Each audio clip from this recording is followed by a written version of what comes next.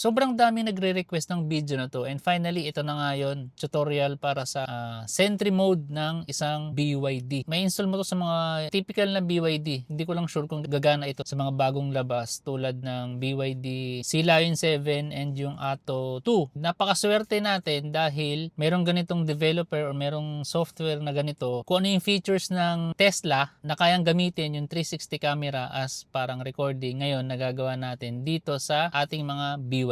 Pero ang problema, hindi siya ganun kadaling install. Parang siyang kasing Android yung software niya, and kala ko dati install ko lang yung app, okay na. Pero siguro kayo din sinubukan nyo rin install and hindi gumana. Quick introduction lang dito sa application na to, itong Electro app. Ang developer nito ay isang Brazilian. Ang Brazil ay sikat na sikat doon ang BYD, and actually meron nga doong factory ng BYD, no? Meron doong planta. Ganun kalakas yung demand ng mga sasakyan ng BYD doon. So tingin ko lang, wala akong proof, pero tingin ko yung tao doon or yung developer doon is empleyado ng planta ng BYD, kasi nagawa niyang i-integrate yung application doon sa mismong BYD cars, no? Paalala ko lang din na hindi ito gagana sa mga ibang Chinese brand tulad ng mga Geely, mga Changan, mga Jaikou. Pero swerte natin dahil BYD kayang-kaya niyang ito nga ma-unlock yung full potential ng ating mga BYD. Para na siyang Tesla. Alam natin na 2 million pataas, pero ito, kung meron kang BYD na halagang wala pang 1 million or 1.5, 1.3, sobrang sulit ng nabili mong sasakyan, okay? And disclaimer lang guys, hindi ito official software ng BYD. So, educational purposes lang to. Ano mang gawin mo after watching this video, sarili mo ng responsibility yan, okay? Do it at your own risk. Hindi ako liable sa anumang problem or issue or damage na pwedeng mangyari dyan sa sasakyan mo. Or kung gusto mo, panoorin mo tong video para lang may idea ka, and antayin mo kung maglalabas si BYD ng ganitong features. Okay, bawang ko lang sa mga pinaka high-end na mamahaling BYD nila, yung mga Denza, kung meron ng ganito. Ito lang yung disclaimer ko talaga, na wala talaga akong liability. Kapag meron kayong nakalikot dyan, or meron kayong nagalaw, meron kayong ibang in-install na application, at nagkanda leche-leche yung infotainment nyo, I'm sure, panigurado, kapag dinala mo yan sa kasa, walang warranty yan. Okay, kapag nasira. I-share ko lang din yung experience ko. 2 months pa lang tong sasakyan ko. In-install ko tong application March 15. Up to now, ngayon April 18, wala pa rin siyang issue. Okay, walang problema. So meron lang tayong 4 na bagay na kailangan. Una, itong Electro app. Unahan ko na kayo, hindi to libre. Meron lang siyang 7 days free trial. Okay, after nun, kayo nang bahala kung gusto nyo bilhin. Pero para sa akin, super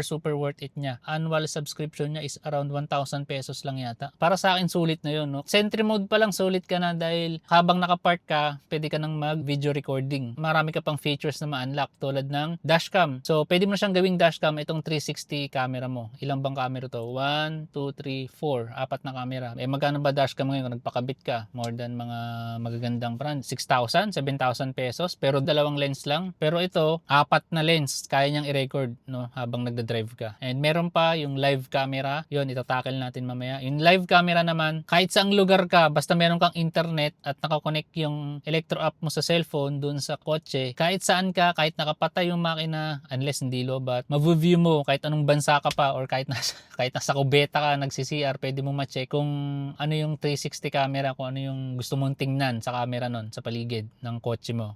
Okay, so para na siyang portable CCTV. So super duper sulit na yun sa halagang 1,000. Isingit ko lang din na hindi po ko sponsored nito. Personal experience ko lang to. Sinishare ko lang itong knowledge sa inyo. And yung pangalawang kailangan nyo is itong modem. Tanggalin muna natin. Okay. Wi-Fi dongle 4G. Okay, pangalawang kailangan mo yan. And yung pangatlo, kailangan nyo ng SIM card. Ang SIM card niyan ay yung GOMO. And kaya gustong gusto ko to. Tingnan nyo, kapag sinaksak ko, sakto siya dito. Kapag nilak ko, hindi siya super laki. Kapag sinarado ko yan, hindi yan tumatama. Lagi siya naka-on. Kahit patayin ko yung kotse, naka-on lang din to. Papakita ko rin mamaya kung paano siya i-activate. Tapos isa pang kailangan nyo, yung pang-apat na kailangan nyo, itong SD card. Ang brand nito is Popcorn. Ayan. Sobrang ganda nito kasi halos 24 hours gumagana itong SD card tsaka to. Ito okay na okay to sa loop recording. lalo na kapag naka-activate yung inyong Sentry. So balik tayo sa tutorial. Ang unang-una nyong kailangan gawin, yung SD card na i-connect nyo sa computer. Maglalagay ako ng Google Drive link dyan sa comment section or kahit saan ko ilalagay. Or kapag hindi nyo nakita, hindi nyo ma-open, i-chat nyo ako sa Facebook and isesend ko sa inyo yung link. Meron kayong APK installer na kailangan i-install. Kapag na-download nyo yun, ililipat nyo lang yun. Sobrang simple lang. Ika-copy nyo lang yun, ipipaste nyo dun sa micro SD card. Isisave nyo lang dun. So sobrang dali na yun. Hindi ko na kailangan ng tutorial para dun. And kapag na-save nyo na, para lang kayo naglagay ng file sa USB. Okay? Pinagkaiba lang na USB is malaki yung USB. Ngayon, itong micro SD card, kailangan nyo lang card reader para ma-connect dun sa computer. Mababasa niya na yon. Pero meron pa pala akong munang gagawin bago nyo gawin yon. Ito muna gawin nyo. Make sure, try nyo munang tingnan yung inyong version ng D-Link. Ito 13. Gawin nyo tong tutorial na to kung medyo pareho kayo 13.132 or basta kahit 13.1. Yan, pinaka main version niya. Check nyo maigi bago nyo gawin itong tutorial. Kasi alam ko kapag may mga update, mga latest firmware, hindi gumagana. Kaya ngayon, hanggang ngayon, di ako nag-upgrade. Punta na kayo ngayon dito sa File Manager. Okay? Pag nasa File Manager na kayo, magiging dapat yan, ito yung sa atin, dapat magkakaroon ng SD. Okay? Pag nagkaroon ng SD, ibig sabihin, nababasa niya na yung inyong micro SD card. Okay? So kapag may micro SD card na kayo, dito na lalabas yung kinapin yung dinownload yung installer or APK files. Okay? Pagpalagay ko na lang din, hindi ko na kasi nailagay dito yung eksaktong installer na nilagay ko sa Google Drive. Halimbawa, ito yon installers. Kaso sobrang daming lumabas. Huwag niyong papansinin yung mga files kasi hindi ito lang yung mga kinakalikot ko dati. Pero ang hahanapin niyo lang dito is itong package installer to. Para siyang mag-a-unlock. Okay? Warning. Ayan, this may pose threat to security and stability of D-Link. Please refer to the D-Link system statement. Okay, i-okay nyo lang yan and i-install nyo pag natapos nyo na ma-install. Kasi ayoko nang gawin dito guys kasi nga nagawa ko na. Okay, ayokong ulitin dahil di ako sure kung mababalik ko pa siya sa dati. So, mas maganda sana kung meron akong ibang BYD dito na wala pa talaga. Ayun yun sana. Kaso wala. So, install nyo tong package installer nakalagay. Magiging kapareho lang yan doon sa Google Drive files. 01 lang yata nilagay ko doon. 01_ package installer. Install nyo yun. Pag na-install nyo yun, next nyo lang, okay nyo lang siya. And ibig sabihin nun is ma-unlock mo na yung infotainment. Pwede ka na mag-install ng mga apps. Pero hindi lahat guys. Hindi lahat ng makikita nyo is gagana. Meron ka ng package installer and sunod mong i-install is tong Aurora Store. Aurora Store, install mo yan. Ito yung parang Google Play Store. Ito yung i-install nyo. Grievance Manager. Optional lang din to pero maganda meron ka rin ito kasi kapag naka-install ka nito magkakaroon ka ng YouTube. Pwede ka mag-play ng YouTube kahit nakakapag-drive ka. Okay, kunwari, meron kang anak dito sa likod, nanonood siya ng mga pangbatang palabas, pwede yun. Tapos kalahati nun, pwedeng yung Google Map or Waze. Pagkatapos nun, okay na tayo, alis na tayo dito kasi na-install mo na yung Aurora, na-install mo na yung Revance, and pupunta ka na ngayon ng Aurora Store. Pagdating sa Aurora Store, ito na yung lalabas, diba? Na-install mo na, napakadali lang na mag-install. Before yan, bago to makapasok, may tatanungin sa'yo dyan kung maglalagin ka ng Google or Anonymous. Piliin mo lang yung Anonymous. Hindi ko lang na-record yung dati ko kasi nag-experimental lang ako kung gagana sa akin o hindi. Tapos, advice ko sa inyo, huwag nyo nang install yan lahat guys. Okay, kung ano lang yung kailangan mo talaga, punta tayo dun sa Chrome or kanong browser. Ito yung search button niya, ito. Browser siya kasi, ayan, meron na-install ko na siya, i-update ko na lang. Pag meron na kayong Chrome, hanapin nyo lang yung Chrome, ayan, Chrome. Install nyo ngayon dyan yung Electro, ayan o. Electro.app.br kasi BR Brazilian Brazil. Okay, go mo lang yan. Okay, di ba? Lalabas na yan. Ngayon, magi-install ka ngayon dyan. Pinutin mo lang install now. Lalabas na yun dyan sa baba. Okay, install on smartphone. Yan. Dito, download APK for car. Yan lang, para sa sakyan. Ayun, nagda-download na siya. Kapag na-download na yan, pipindutin mo lang, tapos i-install mo. So, ayan, nagda-download siya. Okay. So, kakanceling ko na lang yan kasi hindi ko naman kailangan. Ayun yun, March 14 ko siya in-install, 2026. Ayun yung proof.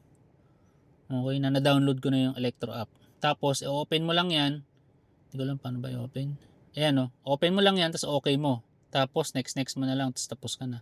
Ngayon, ika-cancel ko na to para hindi sayang sa data. Okay ka na doon. Meron ka ng electrocard dito sa infotainment. Okay, bago natin ituloy, isisingit ko na rin agad yung dinownload natin na Revance. Ito yung Revance Manager. Open nyo lang yan para yan sa YouTube natin.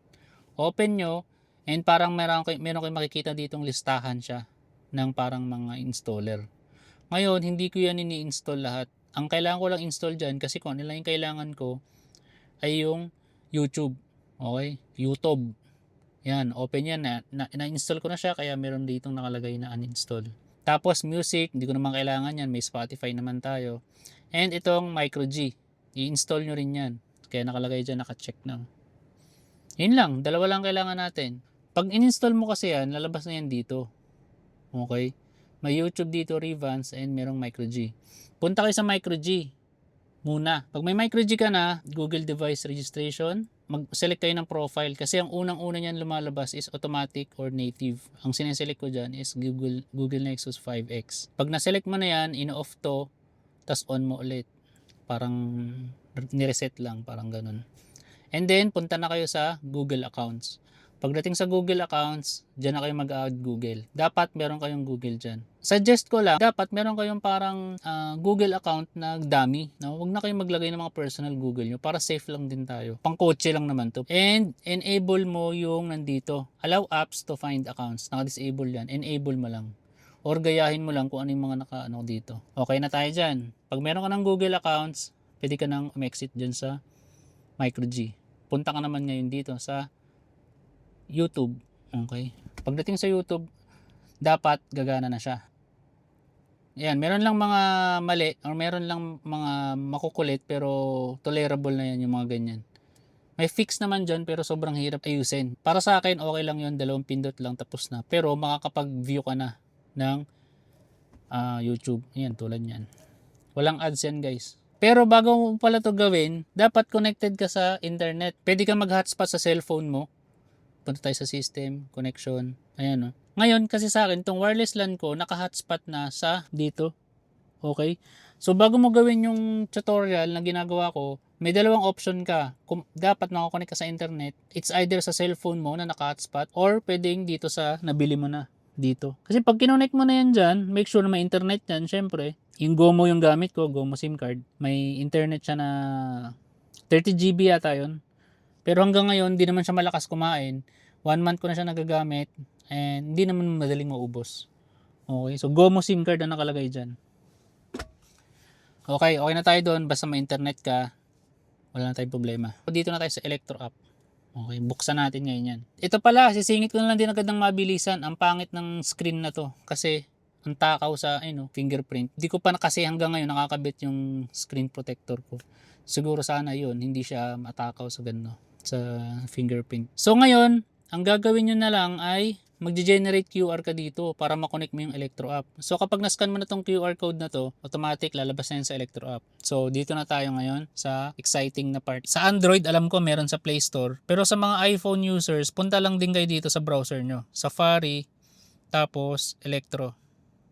Yan, electroapp.br. Hanapin nyo lang dito yung install tayo kunwari. Pero dito, install on smartphone, use Safari tap to button. Ayan. I-click mo tong option, tapos share. Yan. Pipindutin mo to ngayong add to home screen. Pag nalagay mo na add to home screen, lalabas na yung ito. Electro. Nandito na yan. Gusto ko lang isingit, itong BYD app na official, pag binuksan mo yan, napaka-simple lang ng interface niya. Napaka-limited lang ng pwede mong gawin. Wala ka na dyan makikita ng kung ano-ano. Okay? Itong lang, unlock, lock, mga ilaw, horn, bintana. Yan lang yung functions niya. Sobrang simple. Status, yan lang. Pati yung nakikita niya yung mga gulong. Yung mileage mo, kita din niya. Pero wala yung mga camera, wala yung mga charging, mga ganon. So ipapakita ko ngayon dito. So ngayon, make sure lang natin na nakakonect yung wireless LAN sa BYD Emax. Nakakonect tong wireless dito sa ating modem. So pwede natin siyang patayin. Pag pinatay natin yan, okay, patay.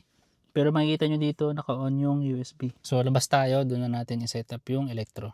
So ngayon, pagka-open ng Electro app, lalabas na agad ito kasi naka-connect na ako. So kapag ko-connect ka, hindi ko na alam kung anong connection dito. Pag nilogout ko to, basta i-scan mo siya dito sa QR code. Okay? So kapag inopen nyo ditong Electro app, dapat makikita nyo dito sa taas, kulay green. Ibig sabihin connected na siya dun sa hotspot mo. Ang una natin dapat gawin itong sa settings is dapat enable to. Allow Electro to stay online when the car is turned off. Naka-on dapat yan. Ito rin naka-on din. Keep Wi-Fi active when the car is turned off. So naka-on din dapat yan. Avoid reboot routine. Naka-on din yan.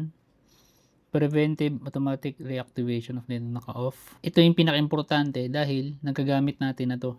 Basta may internet yung modem dun sa loob ng BYD natin. Kapag kasi naka-on na yan, pwede na tayong pumunta sa unang features na pwede natin puntahan, itong live camera.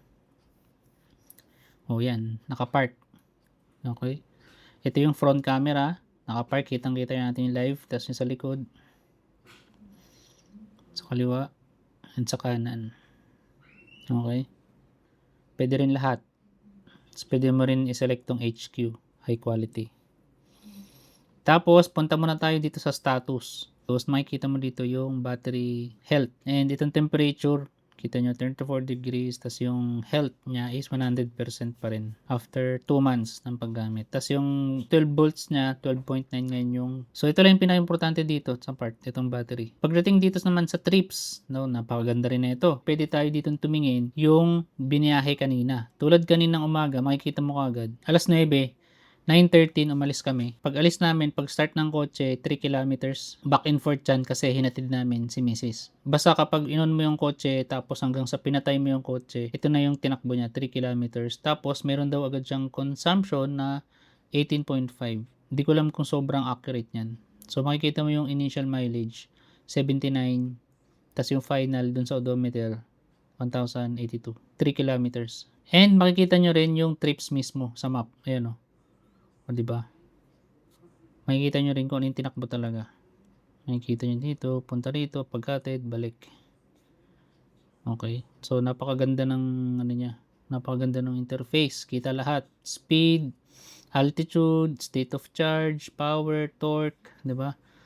Engine rotation speed, outside temperature, 30. Battery cell, 30. Diba? Ang ganda. Battery cell voltage. Galing. Makikita nyo din dito may notification kasi itong si Mrs. Ginamit niya na yung kotse ngayon lang mismo, mag-alauna, pupunta na siya ng clinic. So, pwede nyo rin siyang buksan yung live kung gusto nyo. Live camera, makikita natin na gumagalaw. Ayan o. Kasi nakaka-connect siya sa internet. Makikita nyo na yung kotse gumagalaw habang nandito ka sa bahay. Tapos, dito sa statistics, makikita rin natin, kunyari last 30 days, makikita nyo dito, meron kang 169 trips yung biyahe. Okay, tapos yung total distance, 514. Sinabi ko nga nung last video ko na yung odometer ko is 1,069. Tapos, yun nga, nag-average lang na halos ng 500 kilometers per month. Sa ngayon, yun pa lang biyahe ko ngayon. Tapos, ito yung total energy na kinuha niya. 86.7 kWh. So, magkakaiba to pagdating sa pag nag-charge ka sa bahay. Kasi sobrang laki ng difference kapag nag-charge ka na. Iba na to. So, kung mapapansin nyo, 30 days to 86.7 kWh. Kapag minultiply mo ngayon yan, 86.7 times mo sa kunwari lang 15 pesos yung Meralco, dapat ang sa 30 days mo is 1,300 lang. Pero pag pumunta na ngayon tayo dito sa charging, pagdating dito sa last 30 days ng charging mismo, magkaiba na. Yung total charge energy na binigay ng wall charger is 131.6. So, napakalayo doon sa 86.7 na nawala nung nagbabiyahe. So, makikita nyo kung 131.6 yan, times mo sa 15 pesos, yan na yung magiging, tingin kong actual na siningil sa'yo ni Meralco sa 30 days, sa last 30 days. Kasi, kasama na dyan yung charging loss na ginamit ng wall charger. So, andito na nga rin tayo sa charging, tapos na tayo sa trips charging. Dito sa records, makikita nyo rin, yung kulay red na yan, dyan yung nakikita yung yung mga charging history. Tulad nito, nung last charging ko is April 11 pa.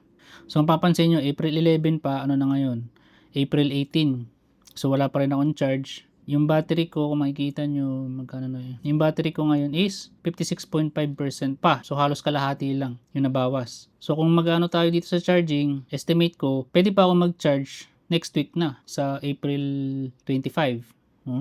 Depende na lang kung walang lakad, pero ganun ang mangyayari. So, for some reason, hindi na ako ngayon makakonect sa sa Electro app. Hindi ko alam kung nagalaw ni Mrs. yung Wi-Fi modem doon. Kaya ngayon, hindi ko ngayon makita yung live camera. Yan, hindi na yan makikita kasi naka-disconnect siya. Umuikot, hindi siya makakonect. Or yung spot na napag-parkingan niya, pero alam ko dapat may internet yun. Baka mahina, hindi ako sure bakit wala. Bakit hindi makakonect. Okay, so sa Sentry, di rin natin makikita yan. Pero nandito yung mga recordings, may kulay pula. March 29 nag-start sa Sentry. Pero usually kapag sinelect mo yan, magkakaroon dito ng playback. So maraming beses ko nang pinakita to sa mga iba kong video ng Sentry mode. Pati dito sa dashcam. Okay, so hindi lang natin makikita yan ngayon kasi hindi siya makonect sa internet. Pero usually ganyan lang yan. So pagdating dito sa settings, okay, sa dashcam, okay, ta settings, same din dito sa Sentry, may settings din yan. Make sure yung storage na ilalagay mo is yung micro SD, yung binili natin na micro SD card. So dun siya dapat isi-save in location niya. And pwede rin kayong mag-adjust ng limit. Meron kayong limit dito kung hanggang ilan yung pwede niyang i-save. Okay, kunyari hanggang 30 GB, kung hanggang 30 GB, pwede yun. Hanggang limit mo. Tapos titigil na siya hanggang 30 GB. Tapos, pag na-reach na yung 30 GB, maglo-looping na siya. Maglo-loop na yung video recording. Tapos may video resolution dito. Pwedeng full HD. Marami dito. Enable notification, time restriction, pwede rin maglagay ng ganun. Kunwari, hindi siya magre-record ng ganitong oras. Sensitivity, pwede mo rin baguhin. Frame rate, normal lang. Bitrate, automatic, codec, H.265,